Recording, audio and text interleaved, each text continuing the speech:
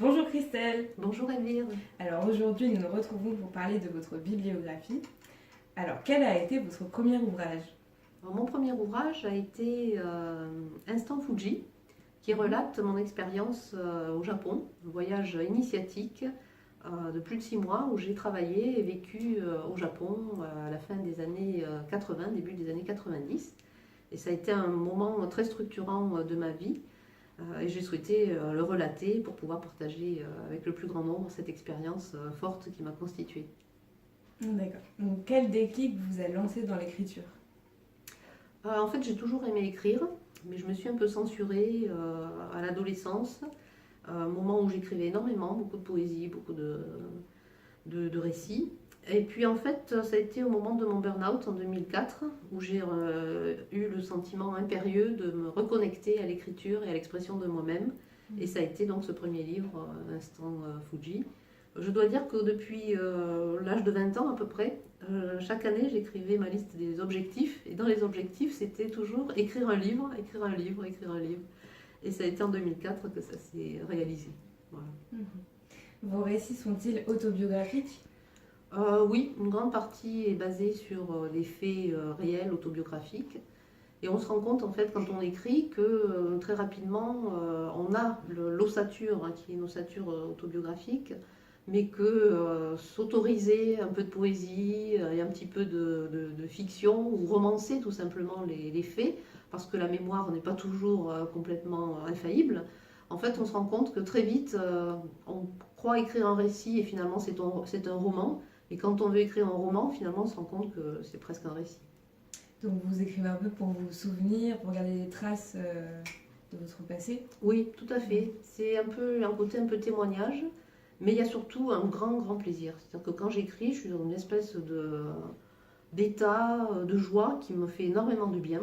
Et puis quand je me relis, c'est comme si je dialoguais avec moi-même, et ça m'apporte beaucoup. Donc à la fois, très égoïstement, j'écris pour moi-même, mais j'écris aussi pour partager, et puis pour laisser aussi une trace pour mes enfants, qu'ils aient un peu une idée de ce que leur maman pouvait penser ou vivre à son époque. Voilà. D'accord. Donc le chemin de Saint-Jacques constitue une réelle épreuve dans votre vie. Est-ce que vous pouvez nous en dire plus? Alors ça peut être perçu comme une épreuve, mais pour moi je l'ai perçu comme une chance. Une chance qui est quand même malgré tout assez douloureuse, parce que quand vous lisez mon livre La route du soi qui raconte, qui est le récit de ce chemin de Saint-Jacques, c'est vrai que dans son corps c'est une épreuve, mais dans son esprit aussi c'est une épreuve, mais c'est aussi une façon de transcender la souffrance physique et corporelle pour accéder à autre chose. Et donc je dirais que le chemin de Saint-Jacques de Compostelle c'est vraiment une chance, et quand on a la possibilité de vivre cette expérience, c'est quelque chose de redoutablement puissant. Est-ce que c'était pour vous libérer de problèmes familiaux ou personnels? Ça faisait longtemps que je m'intéressais au chemin de Saint-Jacques. J'avais lu Le Pèlerin de Saint-Jacques de Paulo Coelho, que j'avais beaucoup aimé. Et puis j'avais rencontré des personnes qui s'intéressaient au chemin, qui faisaient le chemin par petits morceaux, une semaine chaque année, etc. Et puis en fait, un jour, mes parents m'ont dit bah, écoute, cet été, si tu veux, on te garde les 3 enfants, et si tu veux faire le chemin, bah, écoute, tu as 3 semaines devant toi. Et donc là, je me suis dit, il ne faut pas louper l'occasion. Je dois préciser que c'était l'année, enfin quelques mois après le décès de ma grand-mère maternelle, qui pour moi a joué un rôle vraiment très déterminant dans ma vie. Et ce qui m'a étonnée à son décès, c'est de me rendre compte que je n'avais pas de peine, mais au contraire une grande joie, le sentiment qu'elle était toujours là. Et quand j'ai fait le chemin de Saint-Jacques pendant ces 3 semaines, c'est comme si j'avais fait le chemin main dans la main avec ma grand-mère. Donc ça a été une expérience très joyeuse du deuil et de la façon dont on pouvait le surmonter. Donc comme des retrouvailles Oui, exactement. La notion de retrouvailles est très juste. Retrouvailles spirituelles avec la personne qui venait de partir, et surtout retrouvailles avec soi-même, parce que dans la solitude et dans l'épreuve physique et psychologique, on se rend compte qu'on a des ressources très intéressantes, insoupçonnées, et donc découvrir ces ressources pour moi a été très fort. Et ça a été aussi le cas quand à partir du 9e jour, en fait, j'ai eu la chance de recevoir des pensées qui m'étaient imposées comme ça, qui m'amusait beaucoup et que je n'arrivais pas à chasser. Donc j'ai pris un stylo et puis en marchant, j'ai continué à écrire ces pensées qui m'étaient données et qui m'apportaient une forme de guide de vie pour moi. C'est comme si voilà, on me donnait toutes les bonnes recettes, tout ce qu'il fallait savoir pour avancer dans la vie. Alors des fois ça ressemble un peu à des lapalissades, hein, c'est même un peu comique, mais pour moi c'est quelque chose qui m'accompagne encore.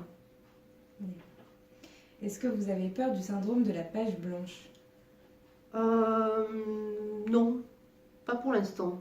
Pas pour l'instant parce qu'en fait j'ai la chance d'écrire pour mon plaisir, c'est-à-dire que l'avantage d'être un écrivain amateur comme moi, c'est que je n'ai pas une maison d'édition qui me demande impérativement de produire avec un cahier des charges précis. Donc pour moi, l'écriture est un plaisir.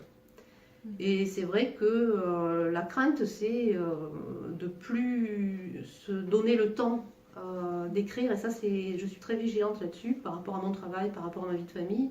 Toujours garder un espace personnel pour l'écriture. Et jusqu'à maintenant, j'ai pas eu le souci de la page blanche. D'accord, merci. Vous est-il déjà arrivé d'écrire quelque chose qui n'était pas encore arrivé, mais qui le fut par la suite? Oui, tout à Est-ce que fait. vous pouvez m'en donner du coup des exemples? Alors, il y a un exemple très précis, c'est dans le livre de nouvelles qui s'appelle Éric, Vincent et Stéphane. La première nouvelle raconte, en fait, c'est la discussion entre trois copains qui parlent de leur vie amoureuse. Et c'est inspiré, bien entendu, de la réalité, à savoir de mon mari et de ses copains. Et dans cette nouvelle, l'un des amis de mon mari annonce le fait qu'il va être papa. Donc j'ai écrit la nouvelle et cet ami est venu à la maison et nous a appris qu'il allait être papa. Et moi je l'avais écrit 6 mois avant. Voilà. Donc c'était assez amusant. Incroyable. Oui, et j'ai quand même une certaine précaution vis-à-vis de l'écriture, c'est-à-dire que pour moi, l'écriture peut être une forme de prémonition. Et c'est pour ça que j'essaie d'écrire des choses plutôt positives. Et j'aurais vraiment peur d'écrire des choses très noires concernant des choses qui pourraient advenir dans le futur. C'est quelque chose, je m'y refuse. Vous avez l'impression qu'il y a des forces extérieures qui vous dictent une sorte de message? Oui, je pense que l'écriture est extrêmement puissante et que par l'écriture, on peut faire advenir des choses. Donc, c'est à manier avec beaucoup de précaution de mon point de vue. Voilà. Quel auteur contemporain, ou non, se rapproche le plus de votre style, selon vous? Alors, je suis inspirée par différents auteurs, mais j'ai du mal à trouver vraiment un écrivain qui corresponde à mon écriture. Je suis à la fois inspirée par Amélie Nothomb, Éric Emmanuel Schmitt, Paulo Coelho, Christian Bobin. Christian Bobin m'inspire beaucoup et c'est l'écriture qui m'a le plus libérée parce que je trouve qu'il a une écriture extrêmement poétique, extrêmement libre, spirituelle, qui ne correspond pas à un genre établi. Et donc en fait, oui, si je devais trouver un parrain en écriture, ce serait peut-être Christian Bobin. D'accord. Quelle place occupe l'écriture dans votre vie? Alors, une place officielle vis-à-vis de mon travail, puisque j'ai demandé à travailler à temps partiel, je ne travaille pas le mercredi, justement pour avoir dans mon agenda cette journée consacrée à l'écriture. J'aime ce côté un peu officiel pour que ça existe vraiment. Sinon, c'est le soir avant de me coucher, c'est dans le métro, dans le train, dans l'avion, dans tous les interstices. J'aime beaucoup profiter des interstices pour écrire. Et sinon, c'est l'été, les vacances, les moments où j'ai plus de liberté, les week-ends aussi. Donc voilà, c'est dans ces temps libres que je prends le temps d'écriture. Est-ce que vous écrivez pour vous ou plutôt à destination de lecteurs spécifiques? J'écris pour moi et j'écris pour établir un dialogue avec mes lecteurs, qui sont peu nombreux, mais parce que pour l'instant j'ai fait le choix de peu diffuser mon écriture. Donc mes lecteurs sont des amis, ou sont devenus des amis, souvent grâce à l'écriture. Je travaille en atelier d'écriture avec des amis, nous échangeons nos livres. Nous avons aussi une publication collective qui s'appelle Livres ouverts, où nous faisons partager chacun nos ouvrages. Et donc voilà, c'est à la fois pour moi, pour me faire plaisir, pour mon entourage, mais aussi pour partager des idées, des sensations, des perceptions des choses. Donc est-ce que vous avez un lecteur idéal? Euh, le lecteur idéal pour moi serait celui qui, comme moi, accueille la vie avec enthousiasme et a le sentiment en fait d'être tout le temps en situation d'apprentissage. Parce que mes livres tournent autour beaucoup du voyage initiatique, de l'apprentissage, de l'évolution. Et je pense que tout être humain est en évolution perpétuelle tout au long de sa vie. Et donc, moi, mon lecteur idéal, c'est justement un lecteur qui se pose des questions et qui pourrait rencontrer à travers mon écriture une façon de trouver certaines réponses et de continuer encore et encore à prendre plaisir à se poser des questions sur la vie. Donc quelque part, il y a une démarche un peu philosophique. Peut-être. Pour moi, c'est un bien grand mot et c'est une démarche assez humble de ma part, mais c'est vrai que j'aime la vie et la philosophie, c'est cette sagesse de la vie. Et oui, j'ai beaucoup lu aussi de philosophie contemporaine. Il y a un auteur, par exemple, comme Bertrand Vergely, que j'aime beaucoup, qui a écrit notamment Retour vers l'émerveillement. Et donc j'aime beaucoup une philosophie positive ainsi qu'une psychologie positive. C'est aussi un courant qui est en train d'émerger et qui a beaucoup d'écho en ce moment. Donc tout ça, c'est quelque chose qui m'inspire et je suis dans cette mouvance-là. Est-ce qu'il y a un passage d'un de vos livres qui vous a marqué? Un passage d'un de mes livres Oui. Particulier. Oui, je pourrais citer peut-être dans mon premier livre, Instant Fuji, c'est le passage où je raconte mon ascension du mont Fuji avec un monsieur qui à l'époque avait 45 ans et moi j'avais 20 ans et j'avais l'impression que ce monsieur était vraiment, à mes yeux, quand j'avais la vingtaine, j'avais l'impression que c'était un vieillard. Et cette ascension du mont Fuji avec cet homme m'a beaucoup marqué. Et quand je l'ai relaté en l'écrivant, ça m'a fait prendre du recul et j'ai réalisé plein de choses.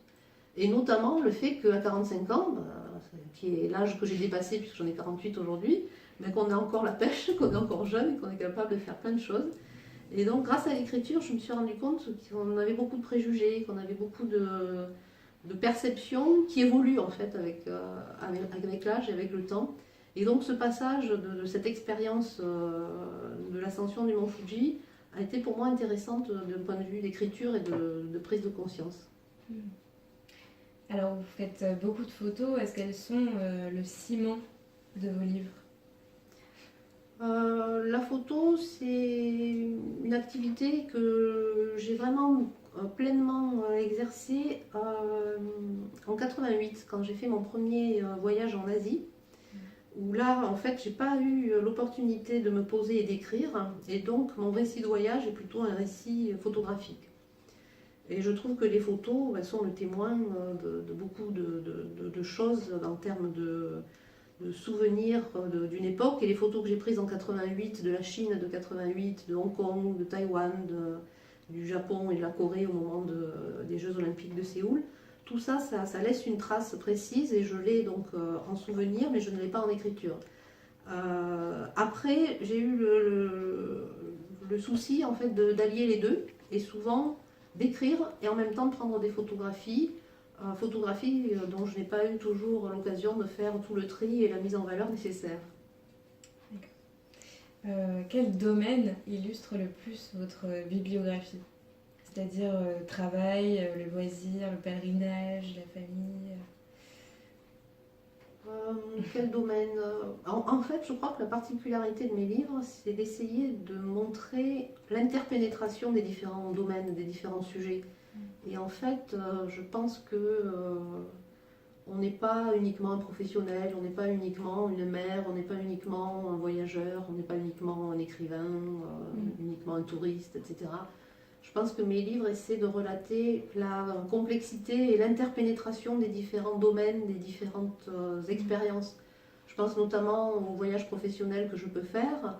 Bien sûr, il y a la dominante professionnelle, mais j'essaie dans les interstices toujours de prendre des photos, de sentir l'instant et de le transcrire à travers un journal de bord. Dans quelle catégorie classeriez-vous vos livres? Moi, j'ai du mal à trouver une catégorie. C'est justement une question en fait, qui vient contre-courant de ce que vous avez dit précédemment, donc on va la sauter. Donc le fait de vous dévoiler, ou tout du moins en partie, ne vous fait-il pas peur? Est-ce que vous n'avez pas peur de vous dévoiler dans des aspects secrets, discrets? C'est une très bonne question. C'est vrai que l'exercice de l'écriture et surtout de la mise à jour de ce que l'on vit, de ce que l'on sent, de ce que l'on ressent, de ce que l'on exprime, c'est une façon de s'exposer en fait. Et longtemps j'ai écrit dans mon petit coin sans vouloir trop partager ce que j'écrivais. Mais en fait, je me rends compte que j'ai un besoin impérieux de communiquer et d'échanger. Et lorsque j'ai écrit mon premier livre, Instant Fuji, ce qui m'a le plus marqué, c'est qu'en le donnant à lire à mon entourage, je pense à ma famille, à mes oncles et tantes, à mes cousins, etc., on a pu créer grâce à ça un nouveau lien où eux-mêmes m'ont fait part d'une certaine intimité, d'une certaine intériorité dans leur vie à laquelle je n'avais pas eu accès avant. Donc je me rends compte qu'en donnant de soi-même, on reçoit aussi les autres. Bon, ça n'empêche pas qu'il y a toujours la crainte de la critique, la crainte de ne pas être compris ou d'être mal compris, parce que des fois, selon ce que l'on dit, ça peut être interprété et mal perçu. Et d'ailleurs, c'est ça, je trouve que ce qui est intéressant, moi ce que j'aime beaucoup, c'est connaître mes lecteurs et avoir leur retour. Et qu'ils me disent, ah ben tiens, il y a tel passage qui m'a interpellé, ça m'a fait penser à ci, à ça. Et ce que je trouve passionnant, c'est qu'en fait, chaque lecteur est touché par quelque chose de différent. Et donc, moi, ce que j'aime par-dessus tout, c'est avoir le retour des lecteurs et qui me disent, ah ben tiens, il y a telle phrase, il y a tel passage, et pourquoi tu dis ça, mais c'est une prise de position que je ne partage pas. Et c'est voilà, c'est ouvrir aussi le débat avec le lecteur, c'est ça qui m'intéresse. Oui. Est-ce que vous pensez que le numérique est une menace pour la littérature? Je pense que c'est une évolution, Pour moi, je vois un grand point d'interrogation derrière le numérique, parce que c'est à la fois la possibilité de diffuser de façon magistrale beaucoup de documents, mais c'est aussi remettre en question tout un relationnel avec le papier, avec l'ouvrage, avec le document. Ça remet en question des pans entiers de l'économie, et notamment dans le domaine de l'écriture. Bon, ça remet un peu en question les librairies, ça remet en question les maisons d'édition, puisque moi-même au départ, les premiers livres que j'ai édités, je les ai édités en passant par un imprimeur. Aujourd'hui, je passe par des maisons d'édition numériques, et c'est pas du tout la même logique. Donc je pense qu'il faut être vigilant, et que garder la trace papier, ça reste quelque chose de précieux, mais se priver de la possibilité de diffuser largement grâce au numérique, ce serait quand même dommage. Merci beaucoup Christelle. Merci Elvire, merci beaucoup.